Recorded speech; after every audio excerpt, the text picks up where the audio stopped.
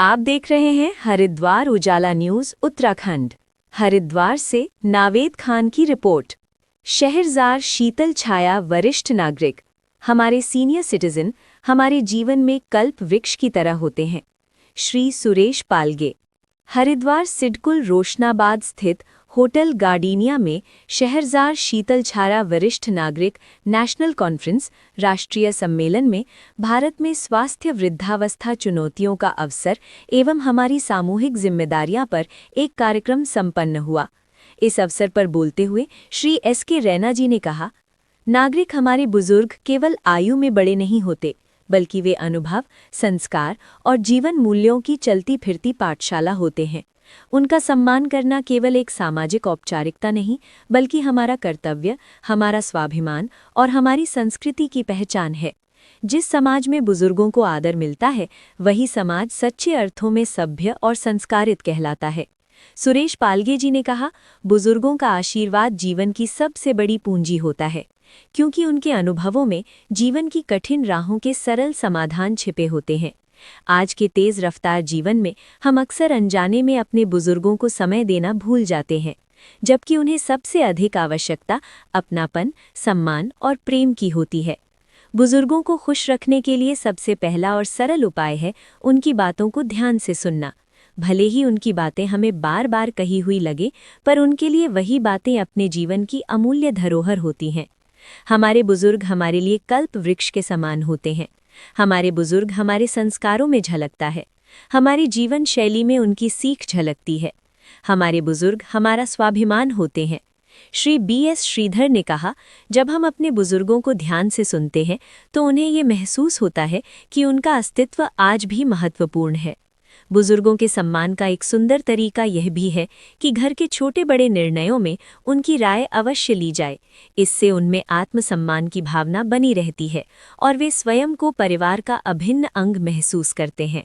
उनके अनुभवों का सम्मान करना वास्तव में अपने भविष्य का मार्गदर्शन प्राप्त करना है।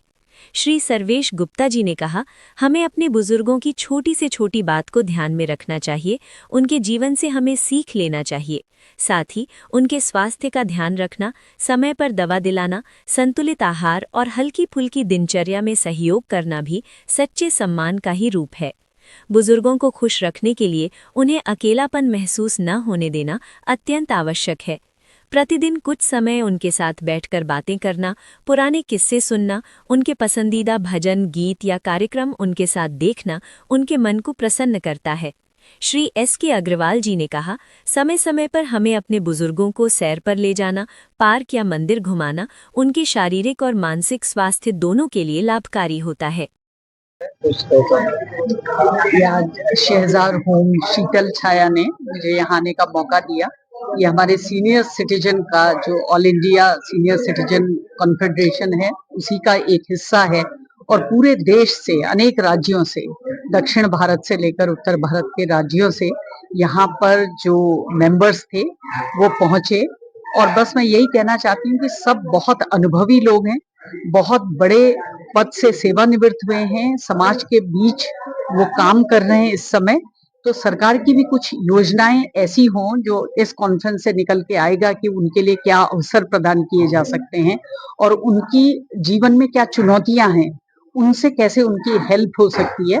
इस सब में मुझे लगता है कि ये एक ऐसा एसेट है हमारे पास जिसका उपयोग युवा पीढ़ी को अनुशासन सिखाने में, उनको लाइफ स्किल्स सिखाने में और युवा पीढ़ी का संवाद अपनी पुरानी जनरेशन से करने में एक सेतु का काम करेगा, ऐसी मुझे उम्मीद। तेलंगाना है, छत्तीसगढ़ है, पूरे राज्यों के रिप्रेजेंटेटिव हैं और बस जीवन को यही अभी तक का जो इनॉग्रल का टेक अवे था वो ये था कि कोई रिटायर्ड नहीं है। समाज के लिए इनको री एंगेजमेंट कर रहे हैं ऑलरेडी, और भी किया जा सके और सार्थक उनकी ओर से जितने कदम उठाए जा रहे हैं और समाज का भी। ये हेल्पेज इंडिया लगातार इन कार्यक्रमों को करती है। हेल्पेज इंडिया से मैथ्यू जी यहाँ पर उपस्थित थे और वो विश्वविद्यालयों में करते हैं, लेकिन ये एकदम अलग तरीके का एक एसोसिएशन मुझे देखने को मिला जो समाज का हर वर्ग इसमें शामिल है।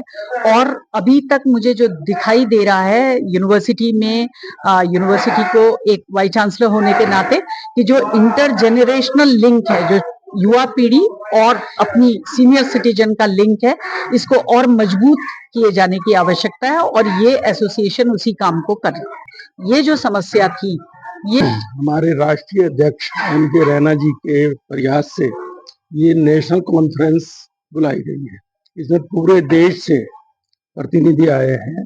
जो सीनियर सिटीजन वेलफेयर की जो सोसाइटियां बनी हुई है वो सब एफिलेटेड है इनसे, वो सभी प्रतिनिधि आए हैं और आज बहुत अच्छा मैसेज गया है कि परिवार जो टूटने पे आ रहे हैं उसके लिए कि बच्चों के साथ कैसा बुजुर्गों को व्यवहार करना है और बुजुर्ग बच्चों के साथ कैसा व्यवहार करें और कैसे अपनी हेल्थ, कैसे अपनी सेहत के प्रति आज इतनी अच्छी टिप्स दी गई हैं डॉक्टर साहब की तरफ से और ये वाइस चांसलर जो आज हमारी चीफ गेस्ट थी इनकी तरफ से बहुत अच्छा मैसेज गया है कि सरकार से हमें क्या सुविधाएं मिल सकती हैं।